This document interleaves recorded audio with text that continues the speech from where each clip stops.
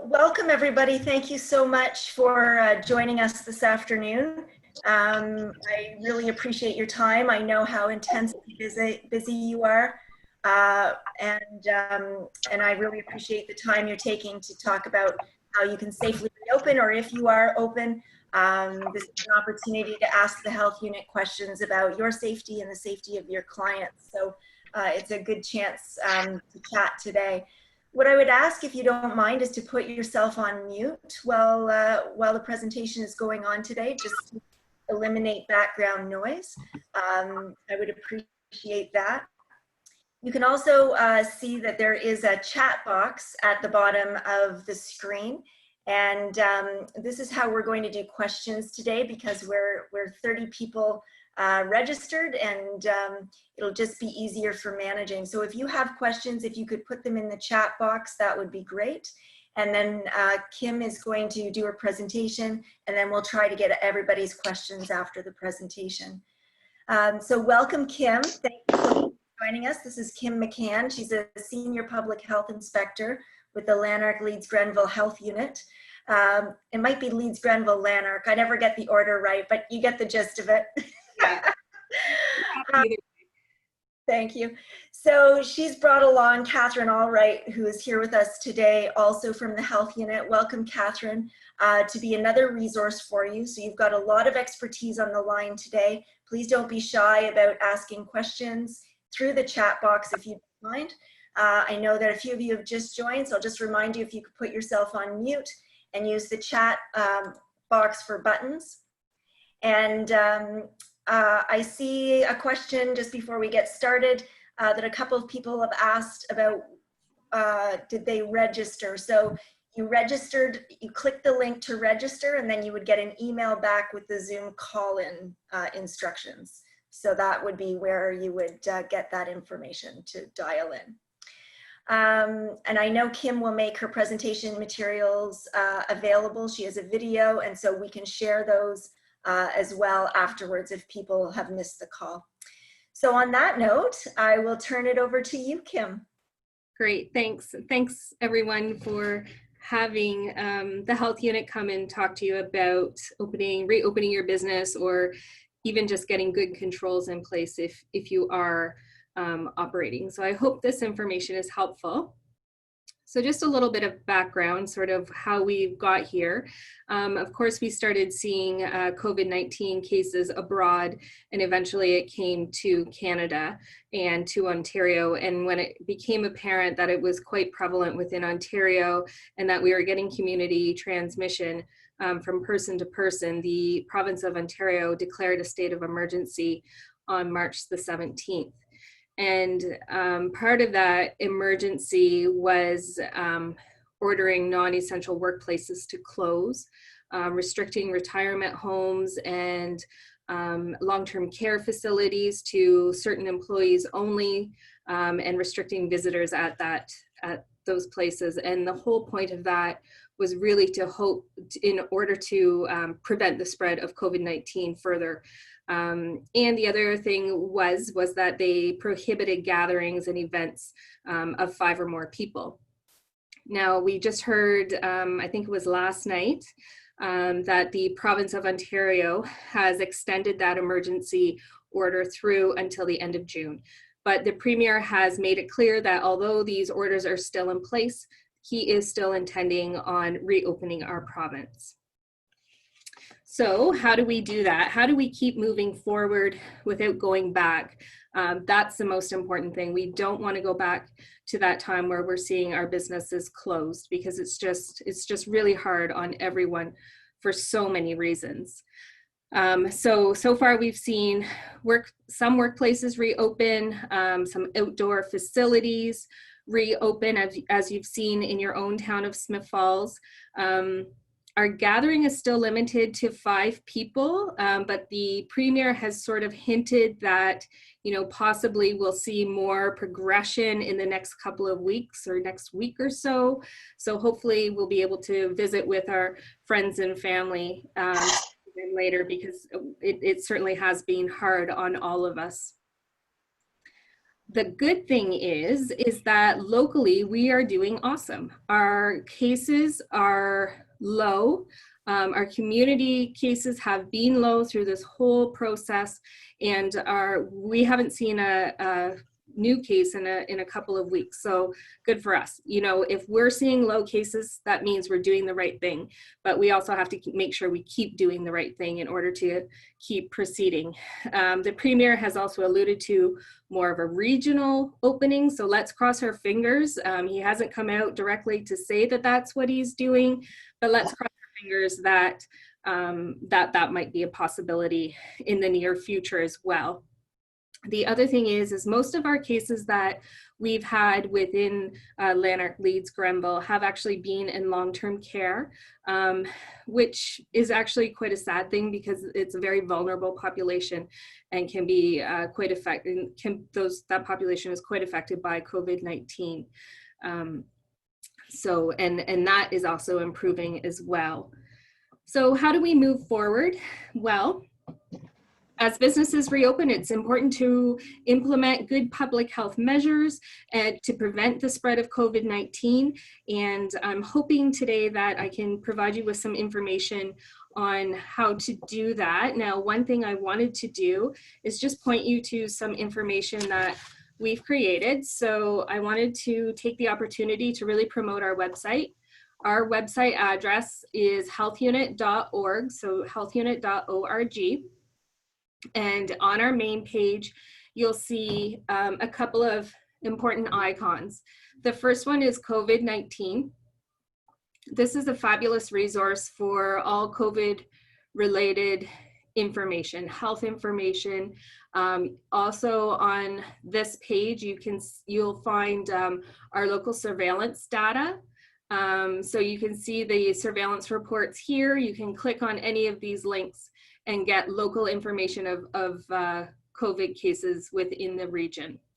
There's also some general information about what COVID is, some of the symptoms, what you can do to prevent it. There's also information on assessment centers, how you get tested, what the process is.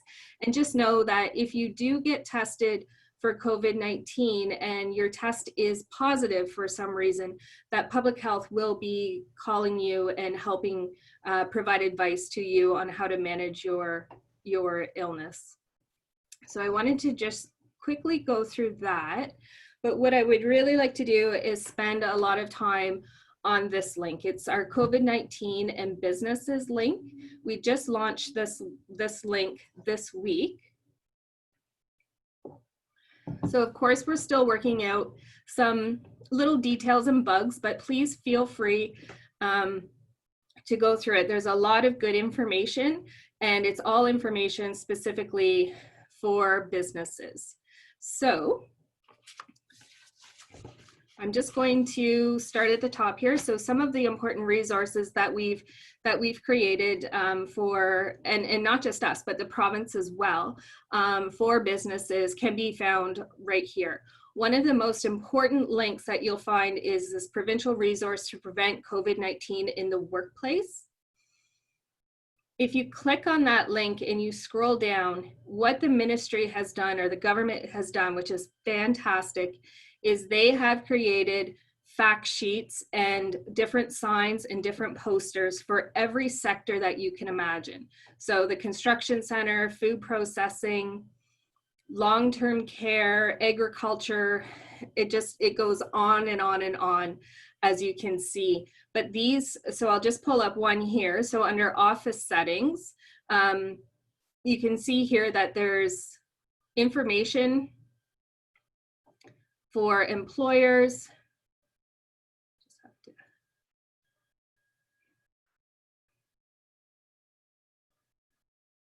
hope that this doesn't freeze like last time. The last time I gave a presentation, it froze on me. But these fact sheets are really good fact sheets because they were made by the Ministry of Labor. So not only do they implement control measures from public health, but they also lay out the expectations of the employer and the employee, which is really important in having a good, safe, healthy environment. So for example, this one is for for office workers. So I just really encourage you to go through this link and, you know, find your sector of employment. And you, like I said, you'll get a lot of fact sheets there that are really, really helpful. Another important document is the actual framework that we're following as a province. It's called the Reopening Ontario After COVID-19. So this document will sort of walk you through the different stages that the province is following. So that's some more very helpful information. Another important document that we've created here at the Health Unit is a public health guidance for businesses in Leeds, Grunville, and Lanark. So again, there's that first link right here that takes you to that sector-specific guidance documents. Again, very important, but there's information for the public, information for the worker, and then information for the employer. So I'm just going to go through the information for the employer first. So one of the very most important things is when you do resume work, or if you are already working, it's really important to implement a formal screening process for all of your workers that may be coming into the workplace.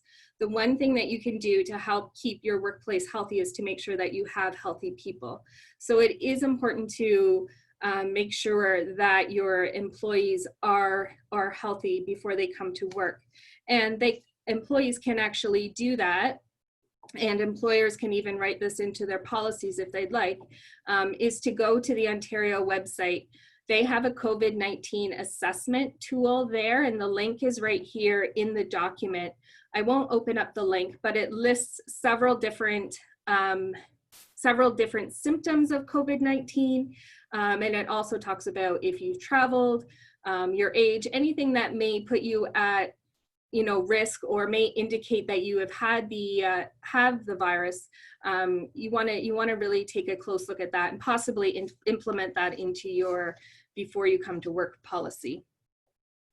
Another thing to do is to post signs at the door of your business to notify the public that if they are sick, not to come into your premises. So for example, if you have a retail store or a grocery store or even an office setting, it is important that those people that are coming into your place are well also. You want to set up your environment to maintain safe physical distance, not just between yourself and your employee, but also between the employee and the customer, or yourself and the customer. So think of all angles when you're doing this. Some businesses may work well by using appointments to limit the number of people in their place. So if you're offering a service, let's say it's some sort of clinic where maybe it was a walk-in clinic prior, well, maybe you change your methods so that you're setting up your clients by appointment only. The other thing that does is it limits the number of people that are actually sitting in your waiting room at one time. You want to monitor the number of people that come into your premises. Consider half or reduced capacity. And I just want to come back. There's an important piece of information under this link. So you'll see on our website, there's a section, it's called For Employers. During the last meeting, I had a question about, is there a square footage in the number of people? And there actually is. So retailers should restrict the number of customers per square meter. So for example, one customer per 4 square feet or 43 square feet. So that will allow for physical distancing at all times. The other thing is sometimes it's just not possible to achieve that physical distance amongst the retailer or amongst the employees and the actual customers itself. And the reason being is we don't all have large workplaces. Some of our stores may be relatively small, and it's just not possible to keep that.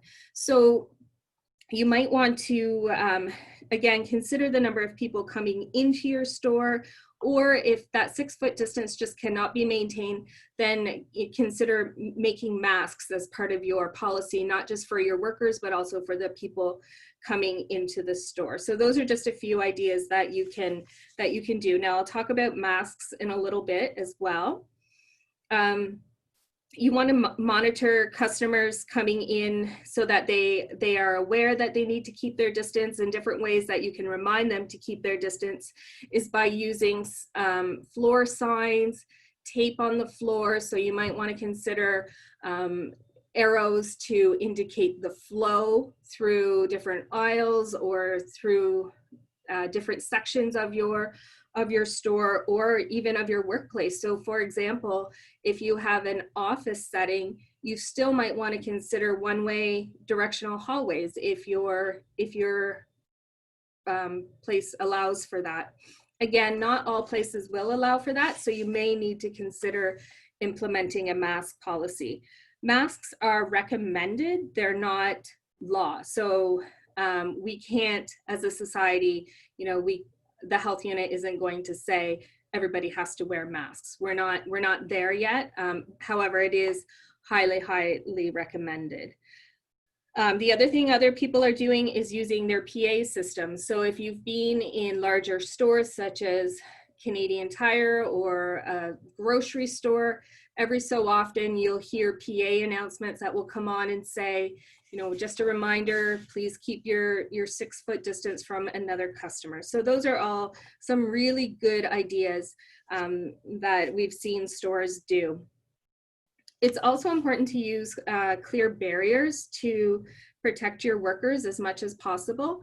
So if you, again, at cash registers, or if you're in a clinic setting where you actually have to talk to a client or to a customer, then you can have that clear barrier between you and the actual customer or client themselves. And that will protect you, and it will also protect the customer, because it is allergy season. I know myself, I suffer from allergies, so every so often a sneeze will pop up on me or a cough will pop up on me.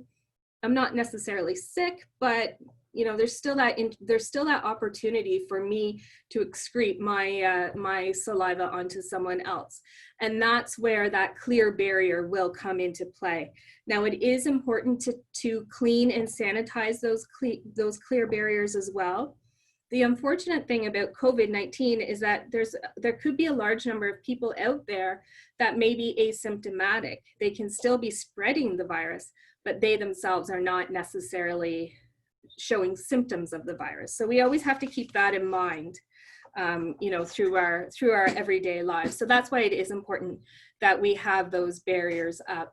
Now, with the clear barriers, plexiglass is one material that will often be seen. Now, I have heard that there is a shortage of plexiglass, but Jennifer has put together a supply list for Smith Falls, that if you're looking for certain suppliers of not just of barriers, but of also masks and other types of personal protective equipment, you can go onto their website and check that out. We also have linked to their website. So if you go under local resources for businesses, and then the town of Smith Falls, that will take you to their website where you can find suppliers lists for personal protective equipment.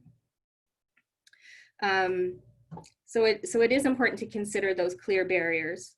Wear a face mask, especially again, if in those places where it's hard to maintain physical distance between yourself and an employee.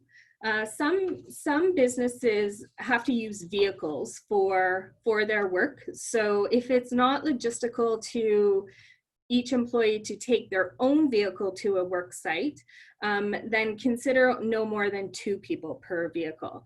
And maybe you have one in the front and then one in the back. If your business is a transportation business, such as a taxi cab company, then you might want to consider putting plexiglass or some other material, clear barrier material, between the driver or the front seats and the back seats, and insist that the customer does sit in the back seat. It's also important that, again, your customers are screening themselves before they come to your business. So even if you are going to a client's house for service, screen your client before you go. And again, you can use that Ontario screening tool to help you along with that. Another thing to help maintain physical distance is staggering your employees' work schedules. So maybe their actual schedule. So maybe some work 7 to 3 and others work, I don't know, 3 to whatever, 9 or something like that. So, you might want to consider that type of a schedule. Set up more than one break room. I know in the past when, everybody 10 o'clock is coffee time and we all try to go and have a quick visit and a quick coffee together. But maybe set up more than one break room or stagger your shifts so that you're not getting as many people in the break room as at one time. And then again, set it up so that there's a limited number of chairs in the room so that people who are actually using the room can maintain that 6-foot distance from each other at all time. Now, we've seen a real shift with technology, and this is a perfect example using Teams and using Zoom to get our messages across. In the past, I would have come to maybe the arena and you all would have come to the arena and we would have done a presentation. But technology has allowed us to really be able to communicate easily with each other. And our employees are working from home. So if that works well for your business or your service, then maybe you would want to consider maintaining that. It doesn't work for everyone, of course, but if it works well, then something to consider. And again, think of these online platforms. They've been a real asset through the whole COVID-19 emergency. If you are in a retail setting, you might want to reduce the amount of money that you're actually transferring from one person to another. We know that money is dirty. Generally, not just because of COVID, but just generally money is dirty and can easily transfer bacteria and viruses. So you might want to think about doing or encouraging debit cards, credit cards, the tap function when possible, or even e-transfers. Also maintain your curbside services, maintain your online and your telephone ordering services. Again, those are all ways that you can actually reduce the amount of contact that people have between each other and potentially reduce transmission. So just before I go any further, I just want to show you a few resources on our website that would be valuable for your business. This is a good sign. It's a good general information sign. It will remind employees and members of the public about good public health precautions that they could take. So again, the 6-foot distance, stay home if you're sick, washing your hands thoroughly with soap and water. And I'll talk a little bit about this.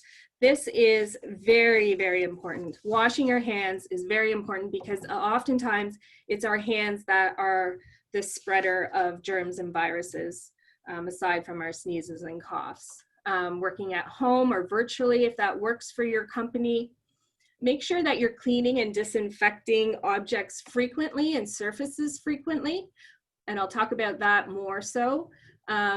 Wearing a face mask to protect yourself. And if you think that you might be suffering from the COVID virus, know that there are local assessment centers. One is actually located at the hospital in Smith Falls, and you can go there to be tested for COVID-19. We have a few more posters as well. This is a stop shopping poster. So before the intent of this poster is to get customers to stop before they come into their store and look at some good public health practices. So again, hand hygiene, keeping your distance. There's a safe office workplace poster as well. Again, reminding people that before they come into your workplace, that they're well, that they conduct the Ontario self-assessment tool, that they wash and sanitize their hands, and that if they are at work and they become ill, that your business should have a good process in place for that if an employee does become ill. Also to, while you're at work, wash and sanitize your hands, keep your physical distance. So those are just a few posters that are available through our website that you can feel free to download. There's also hand washing posters and how to safely put on a mask. So putting on a mask, and I'm just going to talk about that for a little bit. Putting on a mask is really, really important. Putting on and taking off a mask properly is very, very important. If it's not done properly, you can easily transfer germs from one place to another. So I was at a place, it was actually like a clinic setting recently, and somebody had come in and they were wearing a face mask, and the person took it off and then hung the face mask over the door handle. So you can see, easily now that door handle's become contaminated from the person's saliva that they would have excreted just while, if they coughed, sneezed, or even just breathing into that face mask. So, people do need to learn how to use face masks properly in order for them to protect others and to protect ourselves. So make sure that you do wash your hands before putting and taking off a mask. Make sure that the mask fits and covers your nose and your mouth properly. So, and that they're actually worn properly. So last night on the news, I don't know if anybody watched the National last night, but they had a reporter on who was wearing a face mask, and they had the mask over the person's mouth, but not over their nose. So it's important that you're not just covering the mouth, but you're also covering the nose as well in order for that to be effective. Cloth face masks are fantastic because they're reusable, and you can take them home and you can wash them regularly, and also do clean surfaces that are dirty if they do come into contact with a mask. Some of the things that you don't want to do is, even though you're wearing a mask, if you're touching your face, you should then wash your hands, because just even by adjusting the mask, you may get some saliva from the mask onto your hands. And then if you touch something else, you can then spread the virus on. So it's important to wash your hands after you put on a mask, or even if you have to scratch your face. Children under 2 should not wear a mask because they just can't simply breathe through them. And don't share a mask with another person. It really should be your mask.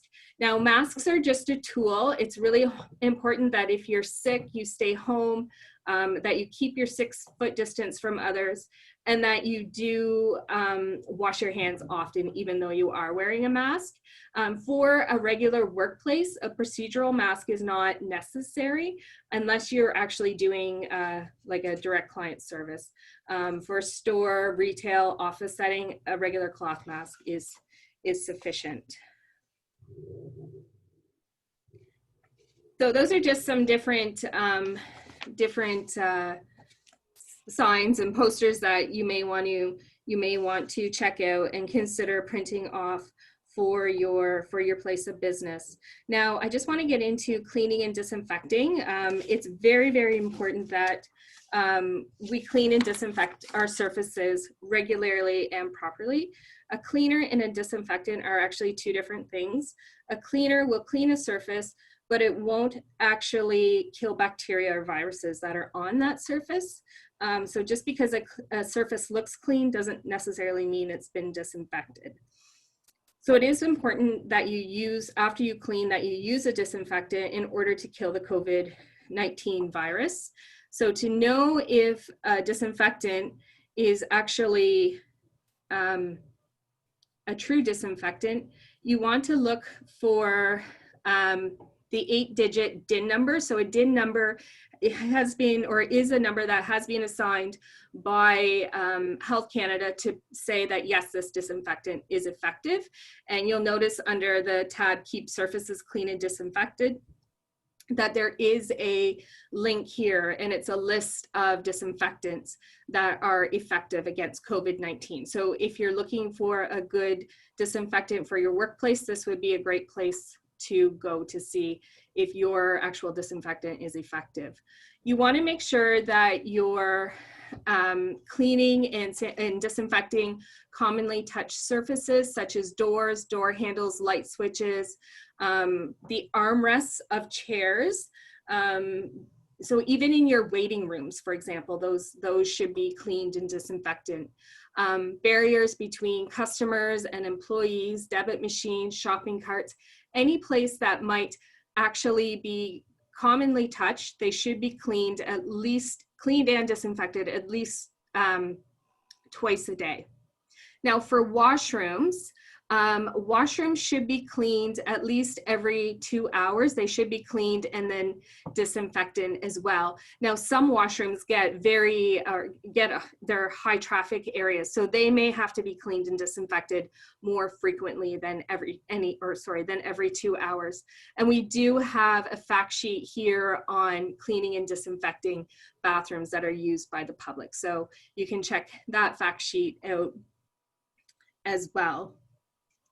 If you have loose condiments or stir sticks or pens or pamphlets or brochures, maybe you consider taking them to another location where the client or the customer just doesn't have free reign of that material. The more touching of a material, the more opportunity to spread the virus from one to another. So if you have them behind a counter, then that might be an effective solution for that. Always, whenever you're cleaning or disinfecting, always make sure that you follow the manufacturer's instructions when you are mixing up cleaners and disinfectants, and don't ever mix 2 chemicals together at one time. And also, if you're repackaging or redistributing a cleaner from bulk into a smaller container, make sure you remember those WHMIS rules and that everything is properly labeled. Some other types of personal protective equipments that are effective, again, are the face shields as opposed to a mask. Those are quite effective, and maybe some people would prefer to wear those instead of a mask, and that's perfectly fine. Hand sanitizer is a great tool to have, especially if your hands are not visibly soiled. So if you don't have food debris or if you don't have dirt on your hands, then hand sanitizer works well. If you do have food debris on your hands, such as grease, or if you've been handling a raw meat, for example, then do wash your hands with warm water and soap. If you're at an office setting, or if you're a cashier, hand sanitizer works very, very well. Try to avoid touching your face as much as possible, and coach your employees on how to sneeze and cough properly. So it should be into the elbow and into your sleeve, and still wash your hands after the fact. And then always don't forget to train your employees on how to use personal protective equipment properly. In this document, again, public health guidance for businesses, we have, just let it load. We have a lot of videos below, links to videos below on how to wear face masks and how to wash your hands properly. So that is that could be a helpful tool for your workplace. So just one last message about glove use. We really don't encourage gloves to be used. A lot of times when gloves are used, it really creates a false sense of security for the person wearing the gloves. They almost think they're invisible or invincible, not invisible, invincible. But it's not, wearing gloves is not a substitute for washing your hands. Oftentimes gloves, depending on the material, oftentimes they're actually porous. So whatever is on the surface of the glove can actually transfer through to your hand, and vice versa. So gloves are, they're great if you have some sort of wound on your hand that needs to be protected. But really, they are a last resort when it comes to personal protection. If people touch something, they're more likely to remember to wash their hands if they're not wearing a glove, or to sanitize their hands if they're not wearing a glove versus if they are wearing a glove. So, and don't forget that gloves are really a one task tool. Every time you go to touch something new or switch tasks, your gloves need to be changed and your hands need to be washed. So I think that's pretty well it that I wanted to talk about. I just really hope that you take the time to go through our website, and hopefully it will be a helpful tool for you. Thank you, Kim. Thank you so much. I'm going to start the questions. I had one earlier today that I thought I'd start you off while people start to put their questions in the question box. I see there's a couple coming in now. The question I had was about the handling of clothing or material. So we have some retailers on the line. We have some secondhand clothing store folks. We've got a sewing shop that are handling clothing that other people have worn or donated or are getting repaired. Can you talk about the risks and the precautions involved with that, please? Yeah, absolutely. So the one thing to know about clothing is if you wash it in hot water and dry it in the heater, it will kill any bacteria or viruses that may be on that clothing. So that might be an option for secondhand shops, for example, when they're getting their clothing donations in.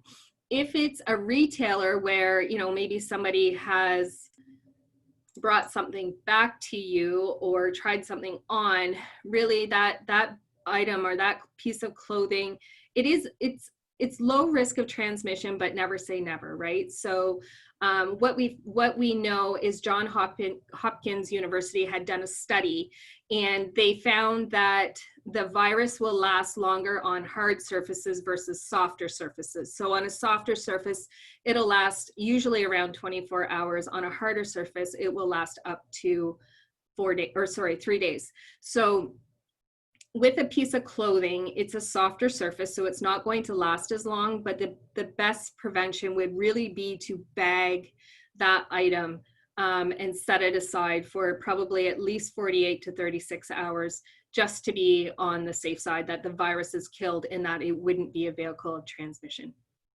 Okay, thanks, Kim. So we've got some questions coming in. One from an esthetician who's on the line. She was going to have her estheticians wear gloves in all services, of course, washing hands as well, but gloves when touching the clients. Can you speak to your thoughts on that? I wouldn't recommend it. Unless the employee has some sort of gash on their hand or wound on their hand that needs to be protected. Again, and I've seen it many times, and if you start watching in the public, you'll see it too. People just really have the wrong idea on glove use. So you can't touch one item and then turn around and touch another item.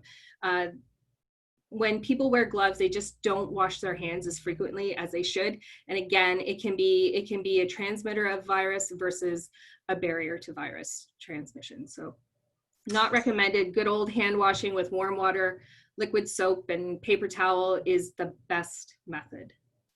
Thank you. So I'd like to say thank you to Mayor Sean Panko, who's on the line today. And Mayor Panko had a question for you, Kim. He's wondering if the health unit will do on-site visits to help individual businesses better understand what they should do to adapt. Yeah, that's a great question. We will be, not the general business, so the health unit, we do have those businesses that we inspect. So for example, any food related business or personal service setting or public pools or public spas, whenever those places, the latter, whenever they're able to get open, we will be doing a COVID-19 inspection to ensure that those measures are in place, because those are the places that fall under a jurisdiction. But I did want to bring to your attention, and I probably won't be able to find it right now, but we do have, oh, it's right here, a best practice checklist for COVID-19. It's a checklist for stores. The retailer can easily go through this checklist and do, essentially the same inspection we would do. Actually, what I did was I took our COVID-19 inspection form and converted it into a fact sheet. So if we were to come into your retail store because of a complaint that we might receive, this is the checklist that we would be using to ensure that the COVID-19 best practices are in place. So this would be a good tool for those retailers that we may not necessarily go into. Now, in saying that, if we get an actual complaint about a retailer that is not associated with one of our public health regulations, then yes, we most likely would be, or even bylaw could potentially do this as well. Thanks, Kim. Okay, we've got questions coming in fast and furious, so I'll keep going through them if that's okay. Yep. Someone has asked if they need to steam clean clothing after a customer has tried them on. Great idea. Heat will kill the virus. So yeah, as long as it's why not? Okay, and so then further to that, in the absence of the ability to hot wash donated items at a thrift store, is there a safe amount of time to quarantine the items before steam cleaning and putting them on the floor? I would say, well, the steam cleaning should take care of it, but for that little extra precaution, 3 days.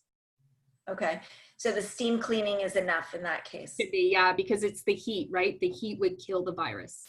Okay, we have a question from a hotel owner who is asking if about the pool at the hotel, and if you have any advice and what he should be telling his guests.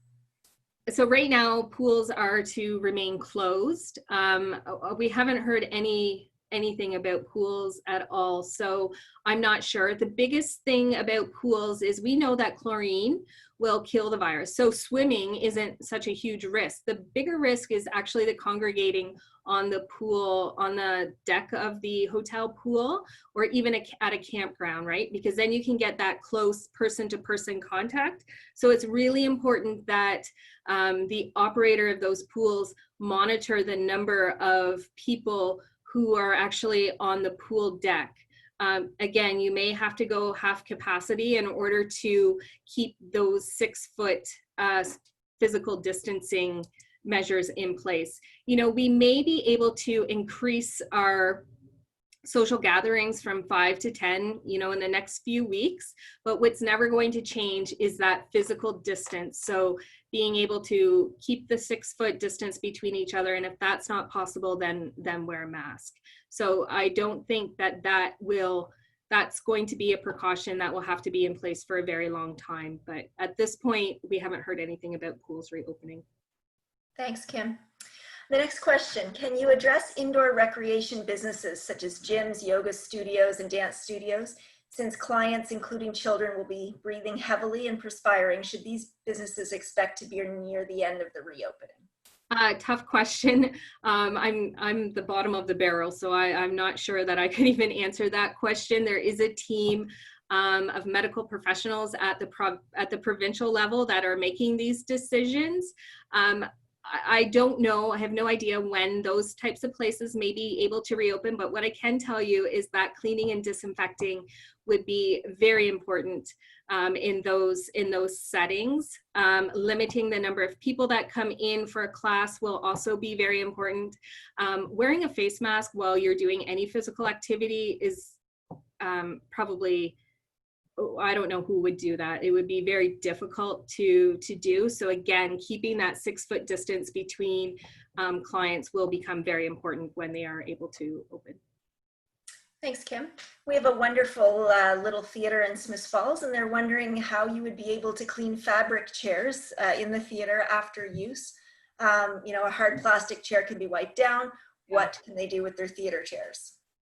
Again, I aside from steam cleaning, I don't think there is a good method aside from time. So, limit, I don't know if you designate, if you were to cut your I'm assuming the handrails on those chairs are probably cleanable, I would assume. But the actual backrest and chairs. So what you could do is do half capacity for a theater and block off every other chair, or, you know, and then on the next go round, then use the opposite chairs again. Either that or take the whole theater out of commission for 3 days at a time. So just a reminder, if people have questions, they can use the chat function. While you're thinking, if you have other questions, I'm just going to do a little pitch. The town of Smiths Falls on Monday night passed a resolution, thanks to our council, to make our CIP program a little more accessible, to make it helpful for our downtown businesses to be able to afford the costs of putting in physical barriers and COVID-related support. So that information is on our website, or feel free to reach out to me for details. Also, the town council has decided they're going to waive patio fees this year.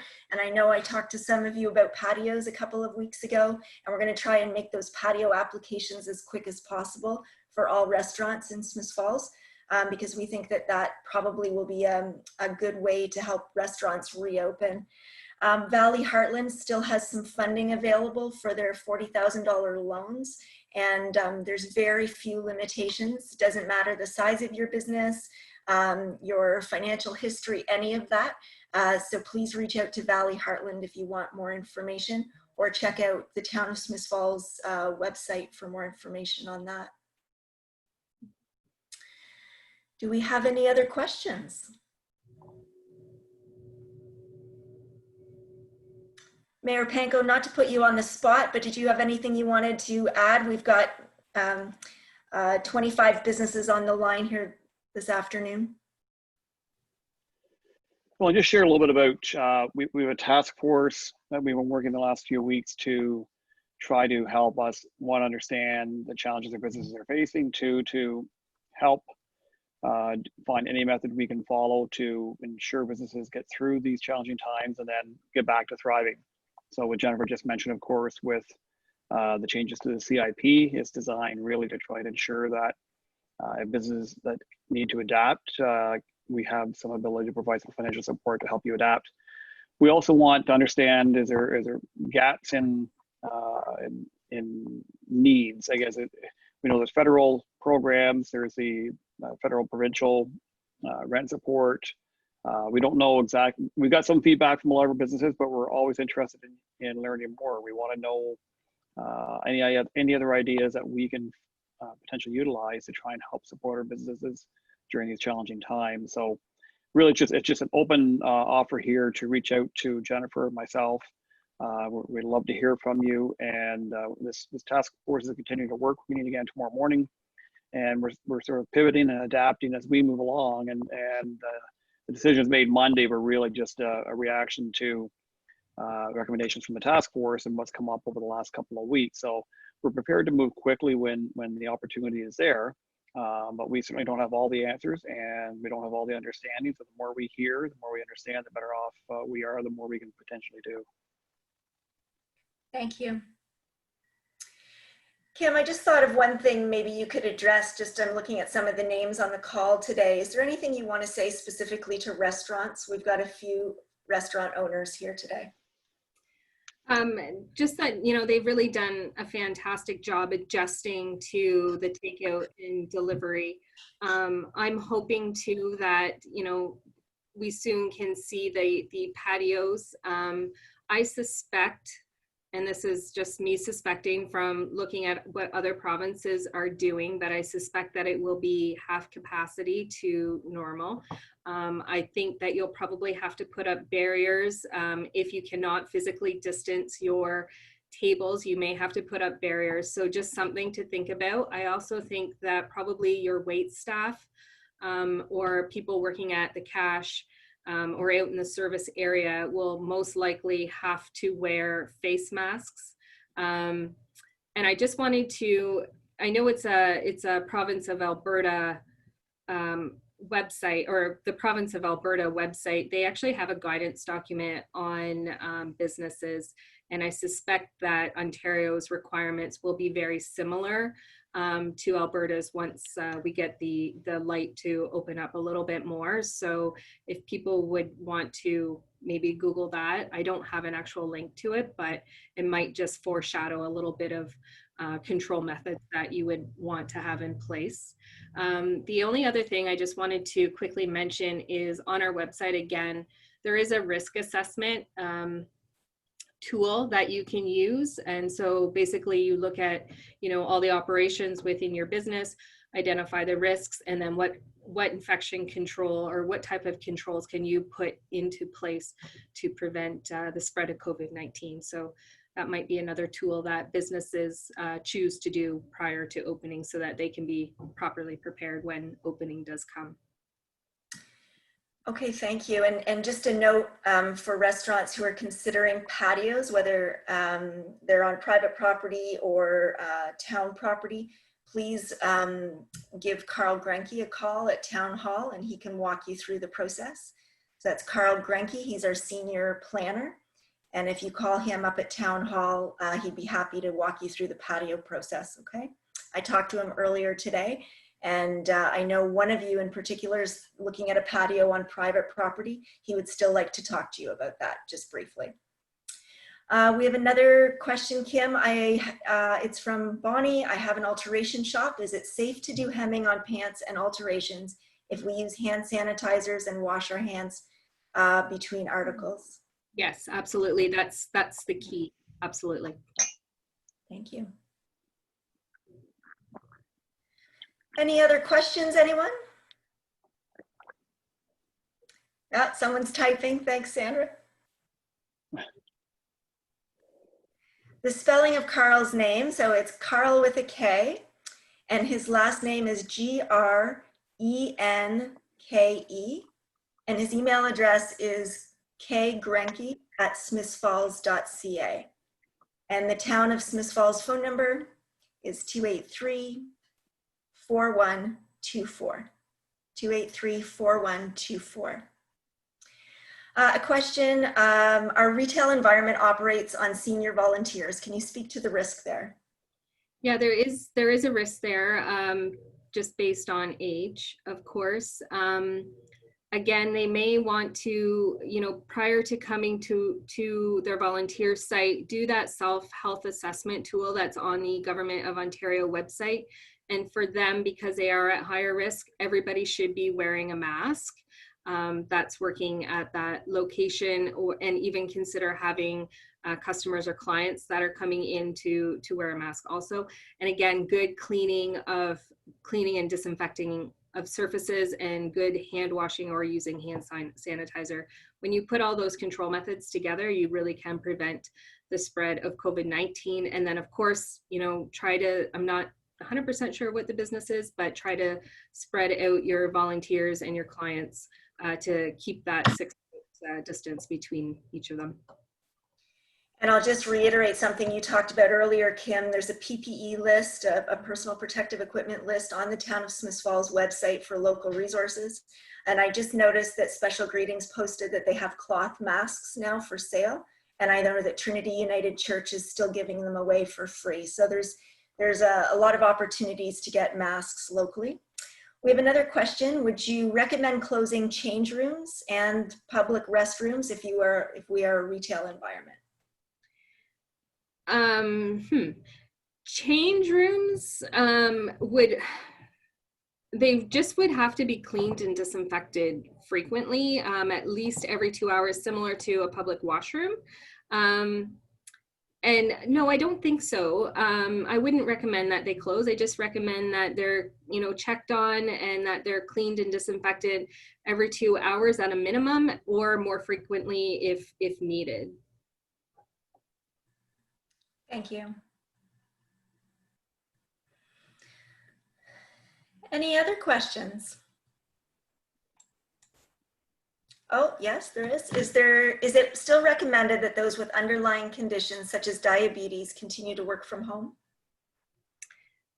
People who have diabetes are definitely in a higher risk category. So if it is feasible, yes, that's a great way of separating yourself from other people in the environment. If not, again, those basic control methods of, keeping your distance, wearing a face mask, good hand hygiene, coughing into your arm, all of those control methods, when put together, should prevent the spread of COVID-19, and of course, cleaning and disinfecting commonly touched surfaces. So ultimately, it's a personal choice, but if you can work from home, then fantastic. If not, then you want to make sure that those control methods are in place and part of your daily routine.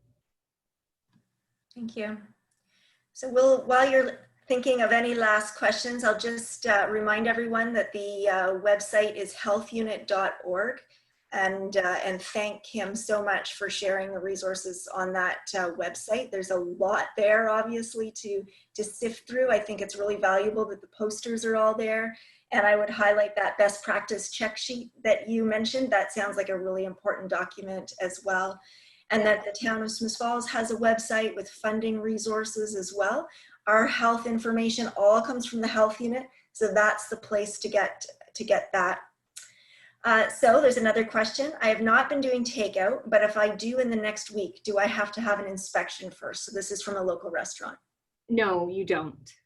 Just remember, if you haven't been operating, dust does collect, so good thorough cleaning would be proper.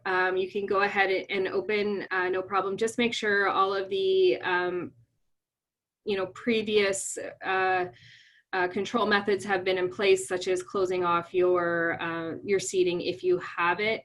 We do have a fact sheet here preventing the spread of COVID-19 in food premises, so that restaurant may just want to check that out prior to reopening. And just on a last note, I do have a video on here. It's called Public Health Guidance for Businesses Operating and Reopening During COVID-19. So if for some reason you have a friend who missed the call today, you could point them in the direction of this video. It gives all of the same information. So that might be a resource. And please feel free to spread our webpage far and wide, because we would like to get this out to people soon. And rapidly, because if people can start now getting their businesses in order, then when they do get the green light from the province, then it's just a matter of opening the doors. And I know your time is tight, Kim, but we have one last question here, if you don't mind. Yeah. We have someone asking about doing Reiki, I might be saying that wrong, reflexology and foot care. I'm not sure if that's opened yet, or if you have any advice for when it does reopen.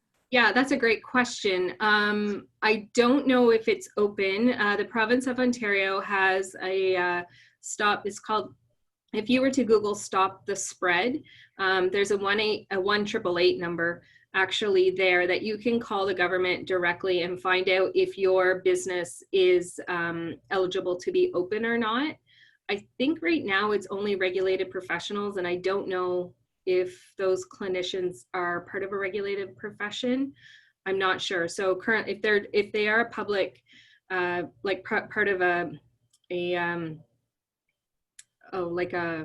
association? No, a personal service setting is what I was trying to think of. If they're part of that group, then no, they're not allowed to be open yet. If they are part of a college, a health college, then maybe they could, or an association, then maybe they could, and they could contact those associations or that professional college to get some guidance from them. Thank you. And we couldn't have timed it any better. It's 3 o'clock. Kim, thank you so much for your time today. We really appreciate it. I know I can speak for all the businesses that your words are comforting and knowledge is power. So thank you very much for sharing that. And thank you all for taking the time out of your day to join us. If you have any follow-up questions, I can share Kim's contact information, and you have mine as well from the invitation. So please don't be shy about reaching out. Thanks again, Kim.